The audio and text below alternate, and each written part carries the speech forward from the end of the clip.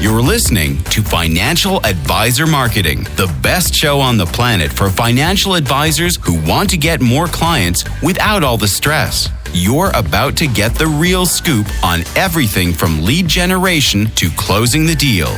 James is the founder of theadvisorcoach.com, where you can find an entire suite of products designed to help financial advisors grow their businesses more rapidly than ever before. Now, here is your host, James Pollard. Welcome to part 2 of what I've learned from 10,000 conversations, or really 10,000 plus conversations with financial advisors. I say 10,000 plus because I've had far more than 10,000 conversations, because I've been writing my Inner Circle newsletter for 6 years now, and Inner Circle members get direct email access to me for any questions they have. If they have marketing questions, they can email me and get a response typically within 24 to 48 hours. That alone is worth the price of admission. I haven't even gotten to the bonuses yet. Haven't even gotten to the actual newsletter yet. Just the email access alone is worth the price of admission. Alas, as we've discussed in the last episode, lots of people don't think that way. They don't think in terms of ROI or productivity, and that's one of the reasons they get the results they do.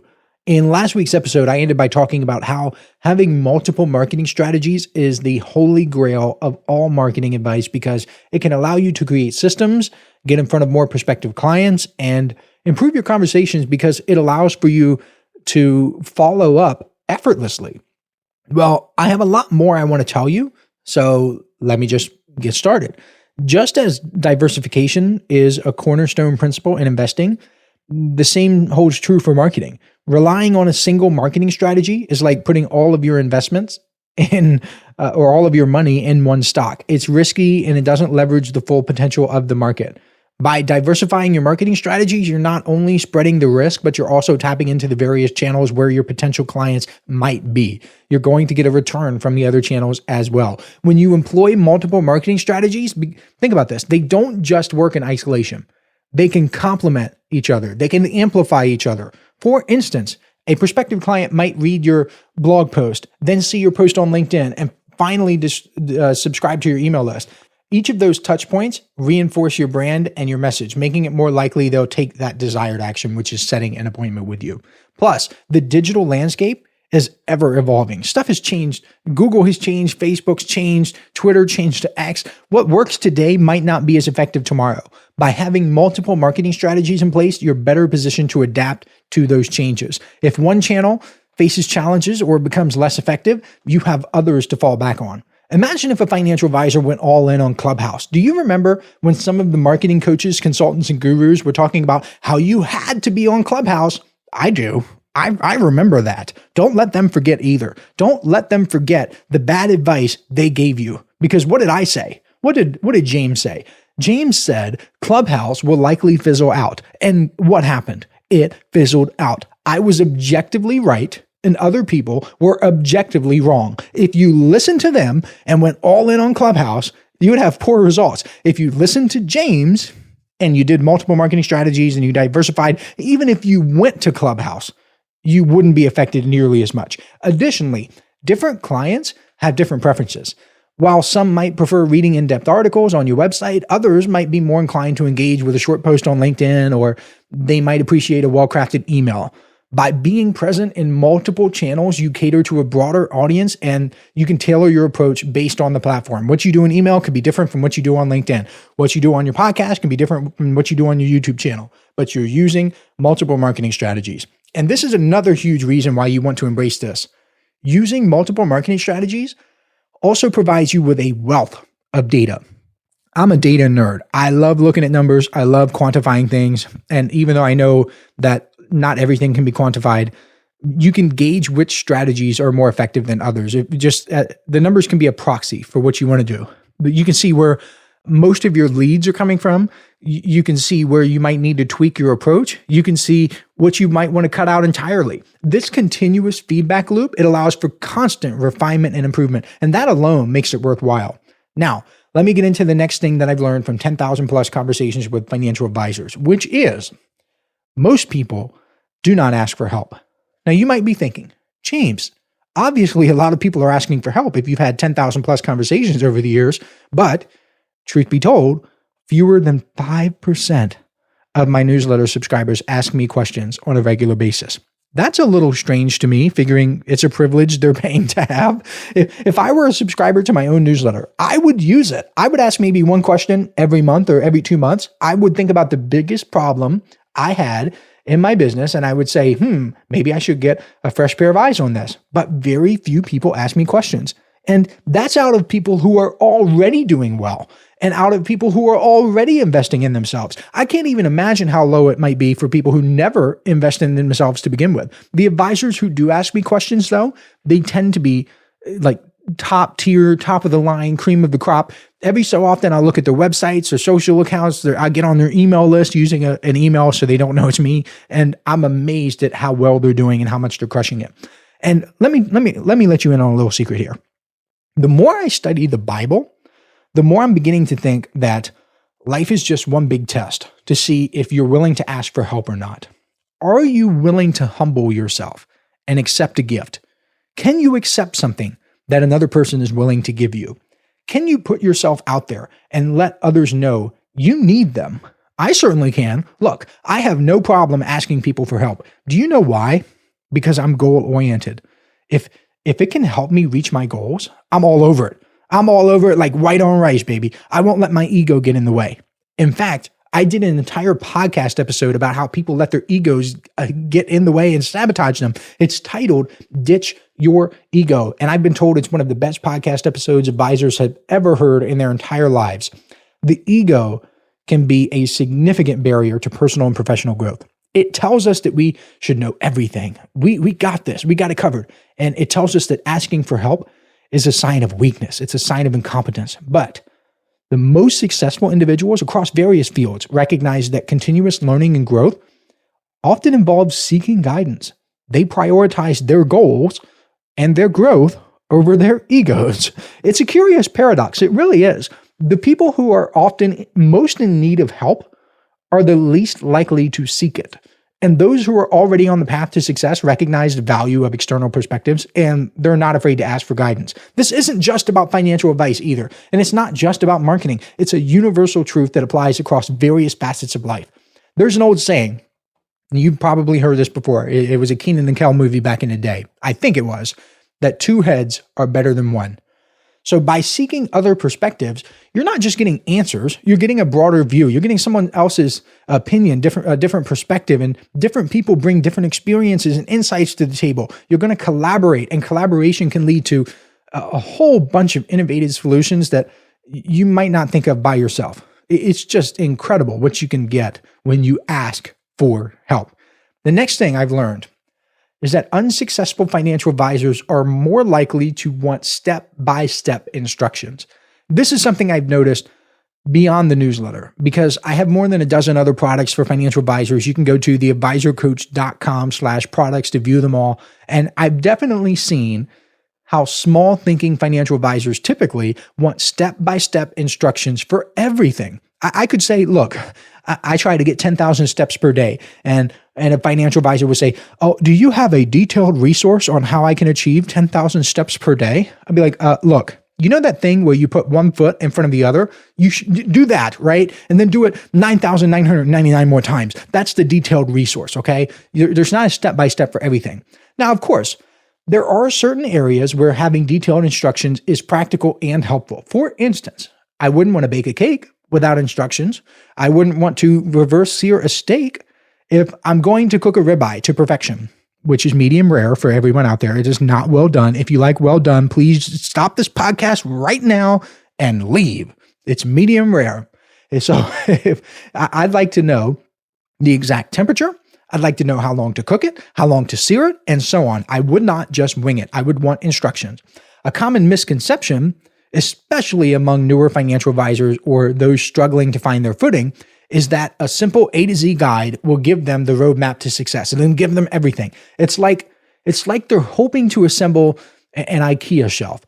Slot A and slot B, screw this into place, and boom, instant success. Unfortunately, there aren't really any step-by-step instructions for building a successful business. So why this fixation on step-by-step instructions? I've thought a lot about this, and I think at its core, it's about control and predictability. the idea of having a detailed step-by-step manual or guide, it can provide a comforting illusion of control in a world that's uncertain. Let's take the ribeye example. When you're cooking, precision is everything. Exact temperatures, timing, and techniques that can mean the difference between a juicy steak and a leather boot. You have a recipe, and the end goal is tangible. It is direct, and it is visual. You can cut into the steak. Is it medium rare or is it well done? There is an objective answer. And having that recipe or the instructions, it's reassuring. However, unlike cooking, business is far less predictable. Business isn't a steak or a cake. There's no single recipe for success that everyone can follow to get the same result. This is because businesses, especially in the financial advice industry, operate in dynamic environments. Prospective clients, their needs change, regulations get updated, markets fluctuate, and technology evolves. A static step-by-step approach would leave you woefully unprepared for these shifts. And guess what? I didn't even mention marketing. I didn't even mention LinkedIn or email or webinars or your website, any of that stuff. Hey, financial advisors. If you'd like even more help building your business, I invite you to subscribe to James's monthly paper and ink newsletter, The James Pollard Inner Circle. When you join today, you'll get more than $1,000 worth of bonuses, including exclusive interviews that aren't available anywhere else. Head on over to theadvisorcoach.com/coaching to learn more. So stuff is changing. Success, especially in a field as complex and multifaceted as financial advice, leans more on traits than tactics. Because if you have the right traits, then you can adapt your tactics to whatever comes your way. So here are some key attributes successful financial advisors cultivate. The very first one, I love this one. This is the one that I stress. You got to have this one if you're going to subscribe to the newsletter, is independent thinking. Successful advisors aren't willing to be spoon-fed information. They seek out knowledge, they analyze it, and they apply it in innovative ways. They can ask themselves, does this apply to my situation? Does this make sense? Can I apply it? Or if I can't apply it, how can I adapt it so I can? The next trait is open-mindedness. Look, stuff, like I said, stuff is ever evolving. An open mind allows you to adapt, embrace new technologies, and always be on the lookout for better ways to serve clients. Resilience is another trait. Stuff is going to suck. Sometimes there are going to be challenging clients. There are going to be hurdles you've got to overcome. Perseverance during these times is critical. Willingness to seek help is another one. We've talked about this. Nobody has all the answers. The best advisors know when to consult with colleagues, seek help from people, or even invest in further education. If that's what it requires, if it requires you to pony up a little bit of money, then so be it. Experimentation is another good trait. Sometimes you have to take risk.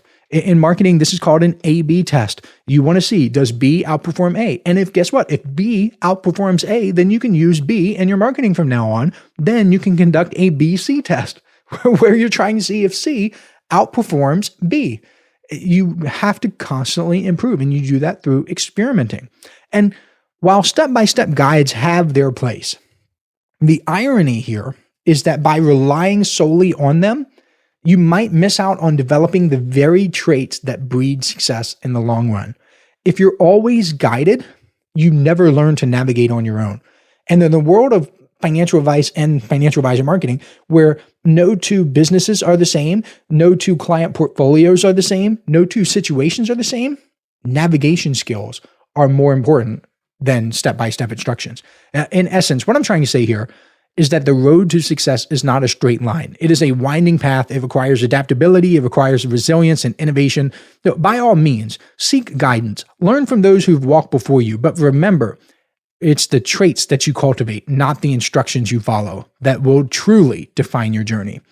The next thing I've learned from 10,000 plus financial advisor conversations is successful advisors control their calendars. When people say they don't have time, what they're really saying is, it's not a priority for me.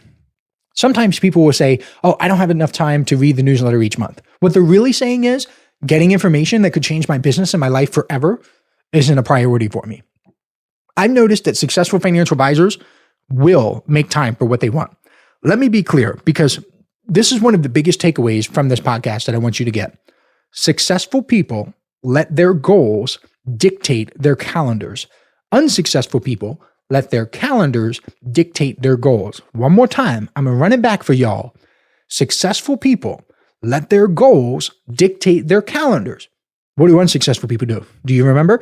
Unsuccessful people let their calendars dictate their goals.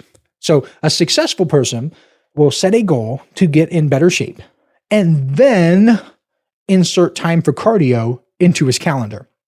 You see how that worked? An unsuccessful person will look at his jam-packed calendar and think, oh, I don't have time for cardio. That sucks. And there's a huge difference.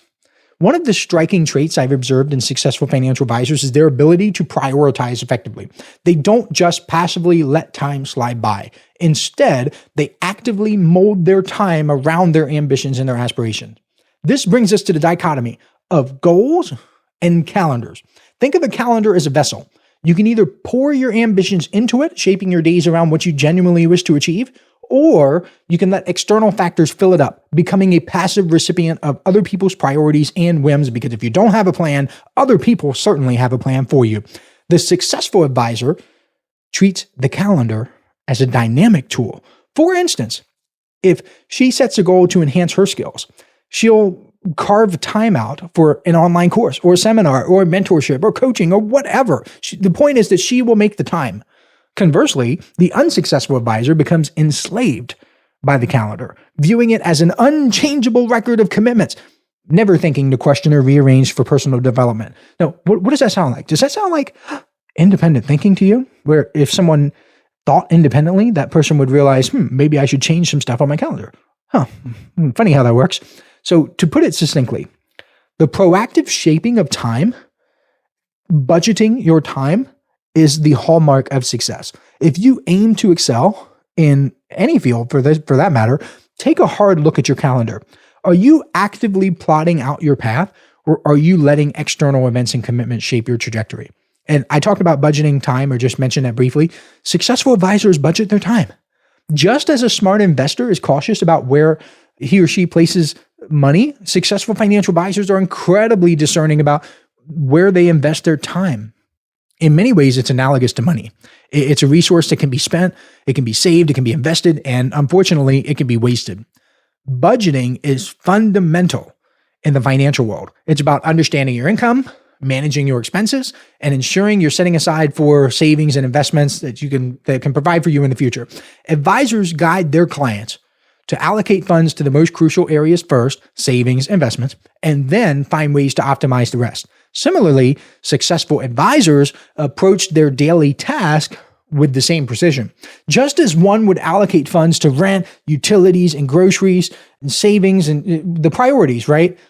Successful advisors prioritize their most important task first. They prioritize time with clients, financial planning, and marketing. Those things take precedence. Lesser priorities get budgeted in the time that remains. You invest first. Well, of course, you get your food, shelter, and water first. Big priorities. Then you get your savings and your investments, and then everything else comes after that. That is how this works, or how it should work, I should say. Unsuccessful advisors also get themselves into something called time debt. Much how financial debt acts as a looming cloud over one's monetary health, time debt is an invisible force that can slowly erode your well-being and your productivity. Now, it's not a term you'll find in traditional dictionaries, but the implications are very real. Time debt is real. And it occurs when we overburden our future selves by piling on tasks and responsibilities and just jam that calendar full without a clear plan for execution. It's the result of overcommitting, not setting boundaries, and not managing our task efficiently. And like financial debt, the longer you let your time debt accumulate, the harder it becomes to climb out. And overcommitment is the most common trap. People who say yes to everything, whether it's a new project or a client meeting or a prospective client meeting, even when you know in your heart that prospective client is not a good fit for you, it can stretch you thin, and it leaves you with more to do than time to do it. Poor delegation, inefficient management, all of these things just can put you in time debt. I don't have enough time to talk about all this stuff right now in this episode, but I'll talk about it in the future. But it can lead to stress, burnout, diminished quality of work, strained relationships, and a whole bunch of problems. You want to make sure that you control your calendar. Successful financial advisors, they are acutely aware of the pitfalls of time debt, and they employ strategies to avoid it. They set clear boundaries, they delegate, they use time management tools, and really, I should point out, I like the term time management, but I realize there is no such thing as managing time. You can only manage yourself, but I say time management simply because when I say it, people know what I mean.